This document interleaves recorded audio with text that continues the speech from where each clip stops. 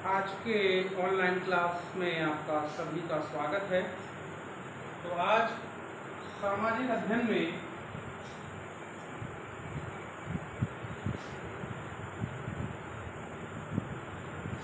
हमारा जो टॉपिक है वह है भारत में जनजीवन।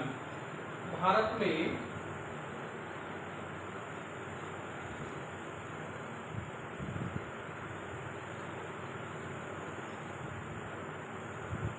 जनजीवन।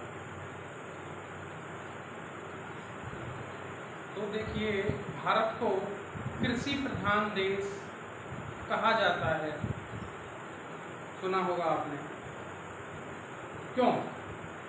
क्योंकि हमारे 1/3 आबादी भारत की आज भी कृषि पर निर्भर है। इसीलिए भारत को कृषि प्रधान देश कहा जाता है। तो भारत में जो जनजीवन है वो दो प्रकार का कह सकते हैं, जैसे नगरीय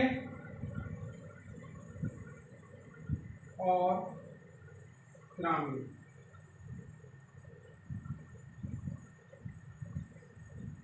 ठीक है। तो नगरीय, जैसा कि नाम से ही पता चलता है कि नगर से संबंधित, और ग्रामीण गांव से संबंधित। तो सर्वप्रथम बात करते हैं भारत में ग्रामीण जीवन की स्थिति। तो आज के परिदृश्य में भी देखा जाए तो भारत की जो ज़्यादा आबादी है वह आज भी गांव से संबंध रखती है, वहीं निवास करती है और वहीं पे वो छोटा मोटा काम करते हैं, आसपास ही कृषि करते हैं, कृषि से संबंधित अन्य कार्य करते हैं और अपना जीवन यापन करते हैं। तो फिर कुछ गांव ऐसे हैं जो किसी कस्बे के नज़दीक हैं, किसी नगर के नज़दीक हैं, तो वहाँ जाकर के भी वह अपना कार्य करते हैं। सुबह को जाएंगे, दिन भर अपना काम करके और शाम को वापस आ जाते हैं। तो उनको एक अच्छा रोजगार का वहाँ पे साधन मिल जाता है। फिर दूसरा है, तो देखिए कृषि के कारण, कृषि से संबंधित होने के कारण तो उनका जो जीवन स्तर है वो नगर के जीवन स्तर की तुलना में थोड़ा स्तर कम होता है, परंतु सरकार के द्वारा कई सारी योजनाएं ग्रामीण क्षेत्रों के लोगों के लिए चलाई जाती हैं। ठीक है। किसानों की समस्याएं हैं, किसानों को आर्थिक आधार पर उनको जो है मदद मुहैया कराना, ऋण की व्यवस्था कराना, उनके लिए स्वास्थ्य योजनाएं लेकर आना, उनके लिए और अन्य सारे जीवन जो बीमा है, दुर्घटना बीमा, अन्य बीमा, उनको ऐसी समस्याओं के लिए उनको मदद की जाती है, सहायता सरकार के द्वारा की जाती है। तो वर्तमान में ग्रामीण जीवन शिक्षाप्रद, स्वास्थ्य युक्त एवं उपयोगी रूप में माना गया है। ठीक है। ऐसा माना जाता है कि शहरों की अपेक्षा ग्रामीण जीवन में तो गांव की जो स्थिति होती है वो शहर की तुलना में स्वास्थ्यकर मानी जाती है। क्यों? क्योंकि वहाँ पे प्रकृति के नज़दीक लोग ज़्यादा रहते हैं, उनकी जो रोज़मर्रा की चीज़ें हैं वो वहीं से प्राप्त हो जाती हैं। जैसे शहर में दातुन नहीं होती, शहर में कॉलगेट होता है, विभिन्न प्रकार की कंपनियों के टूथपेस्ट होते हैं। वहाँ पे क्या है, दातुन थोड़ी, कोई बबूल की करता है, कोई नीम की करता है, कोई किसी चीज़ की करता है, दूसरा बहुत सारी चीज़ें हैं। और वहाँ की हवा शुद्ध होती है ना। और पुराने जीवन जो एक दूसरे से लगातार जो चलती आती शिक्षा की बातें, कहानियाँ हैं, किस्से हैं, उनके माध्यम से होता है। तो हम बात करें तो ग्रामीण जीवन की स्थिति नंबर 1, तो ग्रामीण जो स्थिति है वो है प्रकृति के करीब कह लो, निर्भर कह लो, है ना, प्रकृति पर निर्भर करते हैं। प्रकृति के करीब जमीन से जुड़ा हुआ होता है। गांव का आदमी रोजाना जो है खेत पे जाना, अन्य संबंधित कार्य करना। दूसरा, निर्भर कृषि पर निर्भर रहते हैं। कोई किसी का ट्यूबवेल का व्यापार का व्यवसाय करता है, कोई बीज का व्यवसाय करता है, कोई खाद का करता है, कोई छोटी मोटी दुकान खोल लेता है, कोई गल्ले की दुकान खोल लेता है, चक्की है छोटी मोटी है। और मतलब सारे काम जो है वो प्रकृति पर निर्भर करते हैं। जैसे बुवाई उस हिसाब से करना कि जब बारिश होगी, ताकि पानी के लिए उन्हें मशीनों पर निर्भर ना होना पड़े, खर्चा कम हो। फिर प्रकृति पर निर्भर, देखिए किसानों के साथ दुर्भाग्य थोड़ा सा यह है कि अत्यधिक वर्षा हो जाए तब भी किसान को नुकसान होता है। दूसरा, यदि वर्षा ना हो तब भी किसान को नुकसान होता है। तो आजकल प्रकृति के साथ छेड़छाड़ करने से ये ऐसी वर्षा जैसी प्राकृतिक चीज़ें भी प्रभावित हुई हैं। एक सामान्य वर्षा के मुकाबले आजकल अतिवृष्टि या कम वर्षा देखने को मिलती है, जो दोनों ही स्वरूप में या दोनों ही रूप में किसानों के लिए नुकसानदायक होती है। ज़्यादा पानी से भी फसल खराब हो जाती है, और अगर बारिश नहीं होगी तो फिर उनका खर्चा बढ़ जाता है, क्योंकि ज़मीन से पानी उनको निकालने के लिए साधन लगते हैं और साधन को खर्चा हो जाता है। फिर है सीमित क्षेत्र।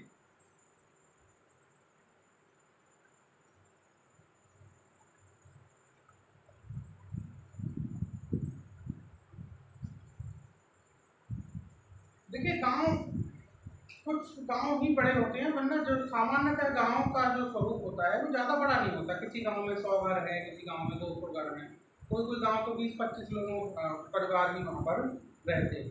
1000 से कम आबादी वाले होते हैं। तो जनसंख्या की दृष्टि से बात करें तो बहुत से गाँव जो हैं, ज़्यादातर गाँव जो हैं, उनकी आबादी 1000 से भी कम वाले होते हैं, है ना। अब होता क्या है कि पूर्वजों की कभी जमीन रही होगी तो वो वहीं पे रह करके रहने लगते हैं, वहीं पे परिवार के लोग खेतों पर मकान बनाकर रहने लग जाते हैं, और धीरे धीरे वो अपने गांव को, उस जगह को अपने पूर्वजों के नाम पर पुकारने लगते हैं। जैसे गोपालपुरा, नंदलालपुर, राधेश्यामपुर, मोहनपुर, ये कहीं ना कहीं इन्हीं लोगों के नाम पे कभी ना कभी इनका नाम पड़ा हो। ठीक है। तो सीमित क्षेत्र होता है। सीमित क्षेत्र इसलिए होता है कि जो इनकी जमीन होती है पुरखों की, पूर्वजों की, ये धीरे धीरे वहाँ पर ही रहना शुरू कर देते हैं। तो इनके पास सीमित क्षेत्र होता है, सीमित जो है इनके पास संसाधन होते हैं। तीसरा जो हम बात करें तो वो है स्थायी आवास।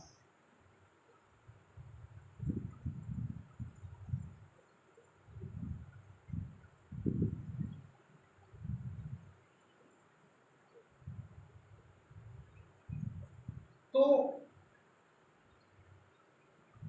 सामान्यतः ऐसा देखा जाता है कि ग्रामीण क्षेत्र के लोग या निवासी जो हैं वह अपने स्थान को छोड़ करके आसानी से नहीं जाते। जब तक कि कोई विशेष कारण ना हो तो वो वहीं पे रहना ज़्यादा पसंद करते हैं जहाँ उनका कृषि भूमि होती है। ठीक है। और वहीं पे वो अपने ज़मीन से बड़ा लगाव करते हैं, वहीं अपनी मिट्टी से, अपनी ज़मीन से, अपने घरों से बहुत उनको प्रेम होता है, और उसको वो अपना कर्तव्य बना लेते हैं कि ये मेरा जो है जो क्षेत्र है ये मेरा मातृभूमि है। तो उससे बड़ा लगाव करते हैं और उनका एक मन लगता है, वहाँ खुलापन होता है, सभी आपस में रहते हैं मिलजुल करके। तो वो विशेष परिस्थितियों में ही गाँव को छोड़ करके जाते हैं, अन्यथा वो गाँव को छोड़ करके नहीं जाते। अब बात करते हैं इनके व्यवसाय। तो इनका मुख्य व्यवसाय क्या होता है? कृषि।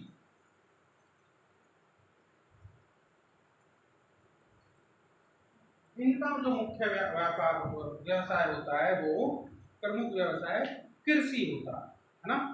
तो देखिए किसानों के द्वारा जो कृषि की जाती है उससे सिर्फ यही इनका ही जीवन नहीं चलता।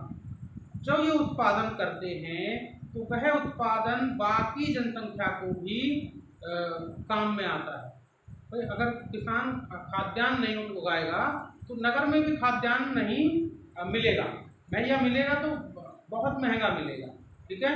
फिर इसके साथ साथ कृषि व्यवसाय के साथ साथ मजदूरी, क्योंकि उसके खेत का जो है हल चलाना, ट्रैक्टर चलाना, पानी लगाना, इन सब के लिए मजदूर भी लगते हैं, वो रोजगार मिलता है।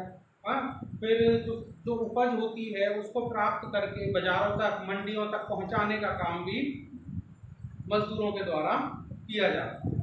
और कह सकते हैं कि इसके साथ साथ और भी काम होते हैं, जैसे वहाँ पे कुल्हड़ वगैरह बनाने, मिट्टी के बर्तन बनाने, कुम्हार, बढ़ई, वहाँ पर ये और अन्य लोगों को भी रोजगार मिलता है।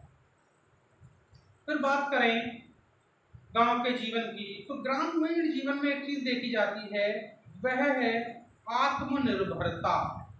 आज शहर की हम बात करें तो शहर में हम किसी ना किसी व्यक्ति पर निर्भर रहते हैं, जैसे बिजली के लिए बिजली विभाग पर, पानी के लिए पानी के विभाग पर, है ना, और कहीं आना जाना है तो उसके, ये आत्मनिर्भरता देखी जाती है। कोई विशेष व्यक्ति का इंतजार नहीं किया जाता। बिजली खराब हो गई, खुद ही पेचकस से ठीक कर लिया, तार कट गया, खुद ही टेप लगा दी। गाँव शहर में क्या है, मिस्त्री बुलाना पड़ेगा, मैकेनिक बुलाना पड़ेगा। ठीक है। हाँ, फिर क्या होता है, शहर में तो आप जा रहे हैं स्कूटी में, साइकिल में, पंचर हो गया तो आप कहाँ जाएंगे, पंचर वाले के पास। वहाँ गांव में अपने घर में ही रखते हैं वो सामान को, पंचर हुआ सही कर, खोला उसको, अपने आप लगा ले। तो वहाँ पर एक विशेष किस्म का चीज जिसे हम कह सकते हैं आत्मनिर्भरता अत्यधिक देखने को मिलता। फिर है कि प्राथमिक संबंधों का प्रभाव। अब गांव में विभिन्न धर्मों के, विभिन्न जातियों के लोग रहते हैं, अलग अलग जातियों के लोग वहाँ पर मिलकर के रहते हैं, लेकिन उनमें एक बड़ा लगाव होता है ना। वो मायने नहीं करता कि किस मजहब के हैं, किस धर्म के हैं, किस जाति के हैं, उनमें संबंध बन जाते हैं। जैसे वो चाचा, छोटे छोटे हैं तो चाचा, मतलब चाचा कहेंगे, बाबा कह देंगे, ताऊ कह देंगे, है ना। तो ऐसे करके वो वहाँ पे रिश्ते बना लिए जाते हैं और वो प्रगाढ़ प्रेम संबंध वहाँ पर देखने को मिलते हैं लोगों के बीच। अब बात करें ग्रामीण क्षेत्र के पारिवारिक जीवन की, तो गांव में, शहर में क्या है, कोई परेशानी में तो ज़्यादातर लोग सामने नहीं आते, लेकिन ग्रामीण क्षेत्र में ऐसा नहीं है। छोटी से छोटी समस्याओं के लिए लोग मिलकर के एकत्रित हो जाते हैं। कोई समस्या आती है तो सभी लोग उसको जो है संबंध रखते हैं, ऐसा कि वे एक दूसरे की सहायता देखने को मिलती है। जैसे शादी हो, किसी का विवाह हो, है ना, और एक तरीके से सभी लोग, पूरा गांव जो है वो एक परिवार की तरह व्यवहार करता है। ठीक है। फिर हम बात करें, ये तो हमने बताई कुछ, लेकिन कुछ वहाँ पर ये तो गुण हो गए, एक तरीके से विशेषताएं हो गई, लेकिन देखने में आता है कि कुछ थोड़ी सी वहाँ पर कुछ चीज़ों का अभाव भी होता है ना। अभाव की बात करें तो जैसे शिक्षा, अब थोड़ा परिस्थितियों में बदलाव आया है, लेकिन उच्च शिक्षा के मामले में ग्रामीण क्षेत्र में हमेशा से क्या कहते हैं, उत्सुकता नहीं देखी गई। तो आज भले ही कुछ प्रतिशत लोग हैं जो गांव से उच्च शिक्षा प्राप्त करते हैं, लेकिन अभी भी वो उच्च स्तर पर नहीं पहुंचे। तो हम बात करें तो वहाँ पर शिक्षा का थोड़ा सा अभाव होने के कारण अंधविश्वास को ज़्यादा बढ़ावा मिलता है, रूढ़िवादिताओं को। ठीक है। अंधविश्वास की स्थिति हमें ज़्यादातर ग्रामीण क्षेत्रों में देखने को मिल जाती है, जैसे भूत प्रेत, जादू टोना, है ना, किसी व्यक्ति को नज़र लग गई है, इसका झाड़ा फूंक कर दो, है ना, इसका जो ऐसा कर दो, किसी भूत का साया है ना, और मंत्र वगैरह से उसकी जो है इलाज करने की कोशिश की जाती है। तो ऐसा जो ज़्यादातर प्रभाव है वो ग्रामीण क्षेत्रों में देखने को मिलता। दूसरा है वैज्ञानिक जो तर्क शक्ति है, दृष्टिकोण है वैज्ञानिक, उसका भी थोड़ा सा अभाव कम देखने को मिलता है। जैसे वो देसी जैसे होता है ना, खेती में जैसे खाद वगैरह डालनी है तो वो पुरानी बातों पे विश्वास करते हैं कि भाई हम रसायन नहीं डालेंगे, हम इसमें सिर्फ देसी खाद डालेंगे जो गोबर की होती है ना। आजकल ऐसे बीज आ गए हैं जिन्हें हम शोधित बीज कहते हैं, उसमें रोग कम लगता है, फल भी ज़्यादा देता है, परंतु ग्रामीण क्षेत्र उस किस्म को ज़्यादा वरीयता देते हैं जो देसी किस्म होती है, उसमें फल कम आता है, बीमारी का खतरा रहता है। तो ऐसी जो है वो उन वैज्ञानिक दृष्टिकोणों को वहाँ पर दरकिनार कर देते हैं। ऐसे तो है कि वो व्यवहारिक जीवन में भी वैज्ञानिक दृष्टिकोण का प्रयोग नहीं करता है। ठीक है, अब बात करें कि ग्रामीण में क्षेत्रों में सामाजिक एवं आर्थिक जीवन में ग्रामीण क्षेत्र में समानता पाई जाती है। तो कोई समाज में ऊंचे पद पर बैठा है, कोई समाज में गांव में बहुत पैसे वाला व्यक्ति है, और यदि कोई गरीब व्यक्ति भी उसको आमंत्रित करता है किसी भोज में, किसी कार्यक्रम में, तो सहर्ष दोनों समाज में ऐसी विभेदता वहाँ पर नहीं पाई जाती है। चाहे कोई बहुत ज़्यादा गरीब हो चाहे अमीर हो, उनके यहाँ पर पारस्परिक संबंध देखने को मिल जाते हैं। ठीक है, अब आ जाते हैं कि ग्रामीण क्षेत्रों में जो सामाजिक गुण हैं वो कूट कूट करके भरे होते हैं। ठीक है, आप देखें शहर में अगर आप कोई छोटा सा भी कार्यक्रम कर रहे हैं तो आपको लेबर की आवश्यकता पड़ेगी। गांव में आप बड़े से बड़ा शादी समारोह, कोई फंक्शन आप कर रहे हैं तो आपको किसी मजदूर की आवश्यकता नहीं है, सभी गांव वाले मिल करके उस काम को सफल बना देते हैं। आपको तो आप देखें कभी गांव में जाकर, है ना, हमारे यहाँ क्या है, जैसे शहरों में शादी हो रही है तो वेटर आएंगे ड्रेस पहन करके, हाँ, खाना परोसने वाले कैटरर्स अलग, वहाँ पे आप देखिए खाना खिलाने वालों की लाइन लग जाएगी। तो वो सारी चीजें वहाँ देखने को मिल जाती है। ग्रामीण क्षेत्र के लोग थोड़ा परंपराओं में विश्वास करते हैं। ठीक है, तो वो परंपराओं को नहीं छोड़ते हैं, है ना। जैसे पत्नी के लिए क्या है, पत्नी के लिए परंपरा है कि पति की आज्ञा सर्वोपरि है।